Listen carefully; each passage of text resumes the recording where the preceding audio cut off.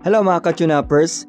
Ang episode na to ay gusto tayong tulungan na mag-focus sa mga truths na hindi nagbabago. Ako nga pala inyong host, Sir Joe.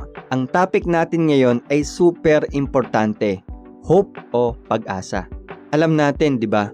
Minsan parang ang bigat-bigat ng buhay. Ang daming uncertainties, ang daming worries. Pero ang good news, mga ka-tunapers, ang Bible ay punong-puno ng promises about hope. Hindi ito wishful thinking lang, kundi isang firm assurance na nakabase sa karakter ng Diyos. Ready ka na ba? I-dive in natin yung 5 powerful Bible verses na pwedeng maging anchors for your soul kapag may bagyo sa buhay mo. Ang una nating verse, siguro ito ang pinaka-favorite ng marami. Ito ang declaration ng plano ng Diyos para sa iyo.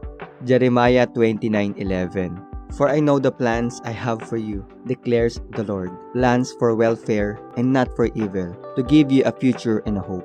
Pansinin mo, I know the plans.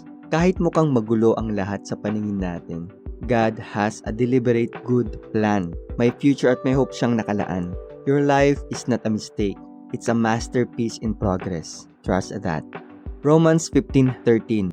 May the God of hope fill you with all joy and peace in believing, so that by the power of the Holy Spirit, you may abound in good hope. Ang ganda ng tawag sa Diyos dito, ang God of hope. Hindi natin kailangan mag-effort para magkaroon ng pag-asa. Hope is a gift na galing sa Kanya. Kapag feeling mo drained ka na, i-pray mo ito. Ask the God of hope to fill your heart with joy and peace para umapaw ka sa pag-asa. Psalm 39:7. And now, O Lord, for what do I wait? My hope is in you. This is a wonderful, simple prayer. Minsan, inaasahan natin ang mga bagay dito sa mundo. Sa work, sa pera, sa tao. Pero this verse reminds us, ang ultimate expectation natin ay dapat nakalagay sa Diyos. Ang pag-asa ko ay nasa iyo, Panginoon.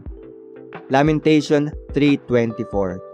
The Lord is my portion, says my soul. Therefore, I will hope in Him. Alam mo, ang Lamentations ay sinulat during a time of extreme suffering. Pero kahit ganoon kasama ang sitwasyon, ang author finds hope by declaring, The Lord is my portion. Siya na ang lahat. Siya ang aming mana, ang aming sustenance. Kaya, I will hope in Him. Hebrews 6:19. We have this hope as an anchor for the soul, firm and secure. Ito ang perfect summary. Anong ginagawa ng anchor? Hinahawakan niya ang barko para hindi matangay ng alon. Ganyan ang hope natin kay God. It keeps us stable, secure, at firm, kahit pagano ka-turbulent ang dagat ng buhay natin.